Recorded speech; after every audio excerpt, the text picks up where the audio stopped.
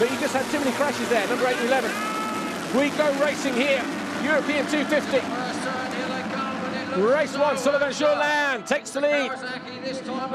So Jourdain, the 221, pulls away and looks like, oh, Watson goes down big, and he is hurting. Oh, Ben Watson and Michele Chervelin.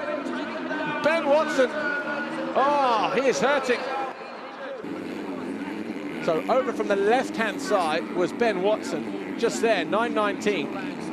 Him and Chervelin were pretty much locked together going through. There he is in the flash of yellow, look. And then when we change camera positions here, I'm not sure we'll see. Oh, 2-3 guys got caught out in that